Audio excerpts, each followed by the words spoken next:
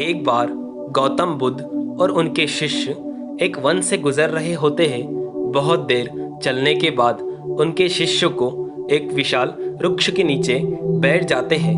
उस वृक्ष के नीचे अलग ही शांति होती है। सभी लोग उस शांति को अनुभव कर रहे होते हैं। कोई भी एक शब्द नहीं बोलता। सभी लोग उस शांति का पूरा अनुभव लेते हैं। कुछ देर बीतने के बाद बुद्ध का एक शिष्य उठता है और बुद्ध से पूछता है, बुद्ध, मैं आपसे एक सवाल पूछना चाहता हूँ। बुद्ध कहते हैं, क्या प्रश्न है तुम्हारा? वह बुद्ध भिक्षु बुद्ध से कहता है, मैंने आपको कभी भी दुखी नहीं देखा। आपके चेहरे पर हर समय एक अलग ही मुस्कुराहट होती है जो हमें भीतर से आनंद से भर देती है। आपके चेहरे पर अलग ही चमक होती है जो हमें दुखों से कोसों दूर रखती है। पर मैं ये जानना चाहता हूँ कि मेरे भिक्षु बनने से पहले मेरे जीवन में बहुत सारा दुख था। मैं भिक्षु बन गया से मेरे जीवन में आखिर दुख क्यों नहीं?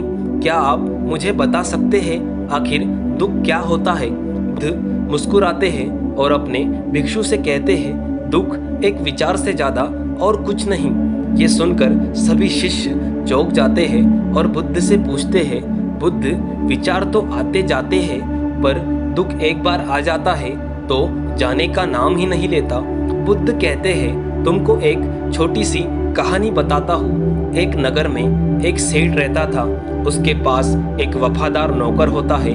वह सेठ अपने नौकर पर बहुत विश्वास करता है। सेठ अपने नौकर की किसी बात पर शक नहीं करता क्योंकि उसका नौकर वास्तव में ही बहुत ईमानदार होता है। एक बार सेठ किसी जरूरी काम से नगर से बाहर जाना पड़ता है तो वह 2-3 दिन के बाद वापस लौटता है तो वह एक कीमती सामान लेकर आता है।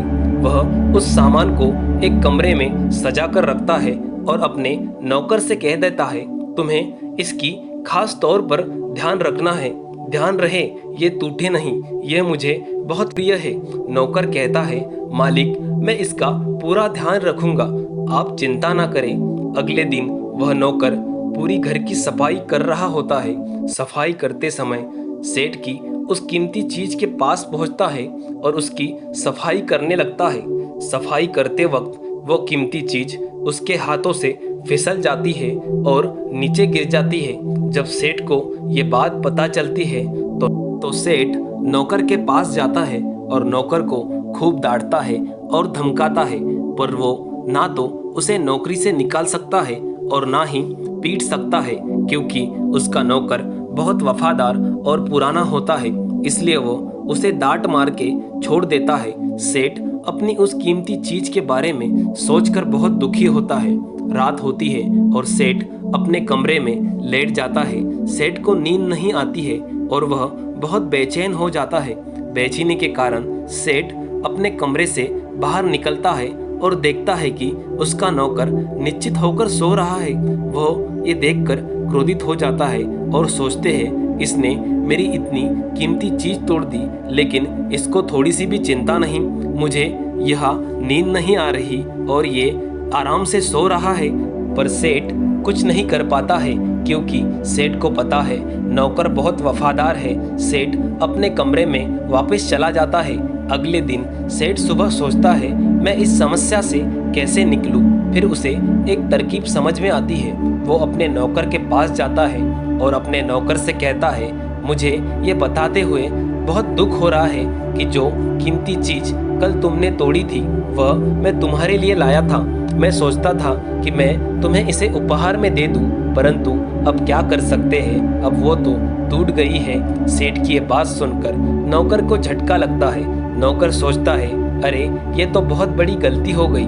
वह इतनी कीमती चीज और सुंदर चीज मेरे लिए लाए थे जो मुझसे टूट गई।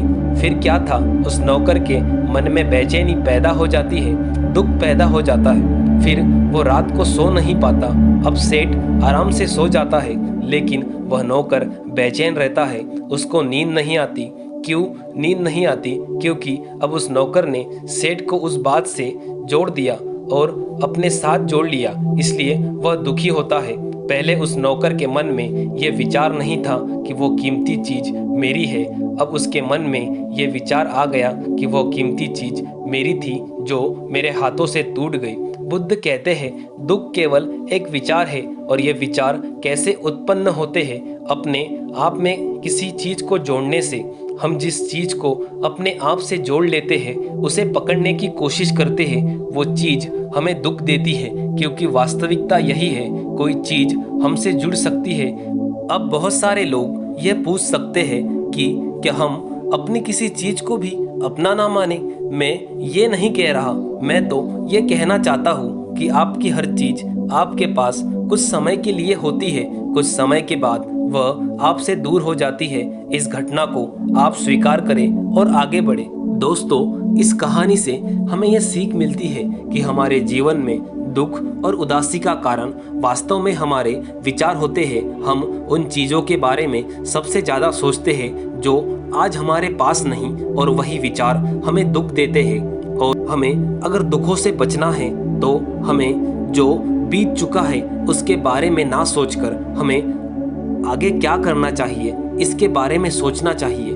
दोस्तों, आपको ये कहानी कैसी लगी हमें कमेंट करके ज़रूर बताएं, और आपको अगर इस तरह की कहानी और सुनना है तो हमारे YouTube चैनल को सब्सक्राइब ज़रूर करें और इस वीडियो को लाइक करें।